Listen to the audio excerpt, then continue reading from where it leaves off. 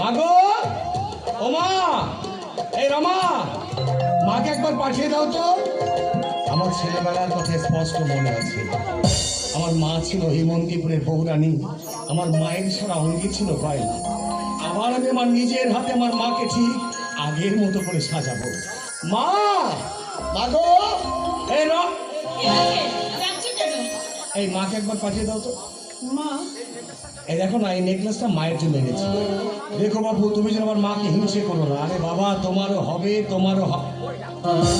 কি হলো, দাঁড়িয়ে আছে কোনো? মাকে ডাকো। কি দাঁড়িয়ে ম্যামা করছো? মাকে ডাকতে বলছো, শুনতে পাচ্ছ না? মা এখানে নেই। নেই? মা কোথায় গেছে? কি হলো? আরে বলো না, মা কোথায় গেছে? মা, আমাদের ছেড়ে চিরদিনের মতো চলে গেছে। এই বাড়ি ছেড়ে চলে গেছে। মাকে আজ তুমি মাকে মারলে। মারলাম আমি? হ্যাঁ, তুমি নেশা করলে তো তোমার হুঁশ জ্ঞান থাকে না। যে মাকে তুমি দেবীর মতো শ্রদ্ধা করতে, সেই মাকে তুমি একটু করে ঠেলে ফেলে দিয়ে তার কপাল থেকে তুমি রক্ত ঝরালে। কি বলছো তুমি পাগলের মতো? সত্যি তুমি আজ অমানুষ হয়ে গেছো। নইলে মায়ের গায়ে আজ তুমি হাত তুলতে পারতে না। আমার মায়ের কপাল ফেটে রক্ত ঝরছিল।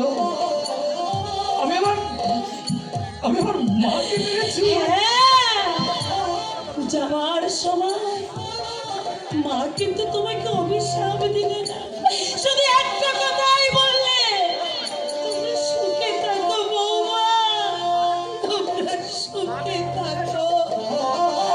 বাবা, তুমি যাও, মাকে ফিরিয়ে নিয়ে এসো। সারা জীবন শুধু মা দুঃখই পেলে, সুখের মুখ সে আর দেখলো না গো। সুখের মুখ সে আর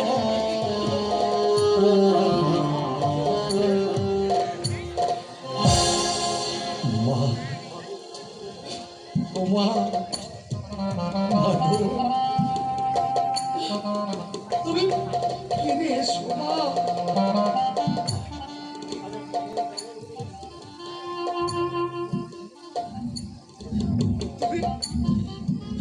তুমি ফিরে এসো মা।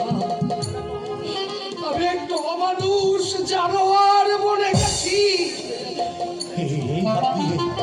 এই হাত দিয়ে আমি তোমাকে মেরেছি মা। ক্ষমা করো মা, আমাকে তুমি ক্ষমা করো। তুমি তোমার মা, আমার সন্তান।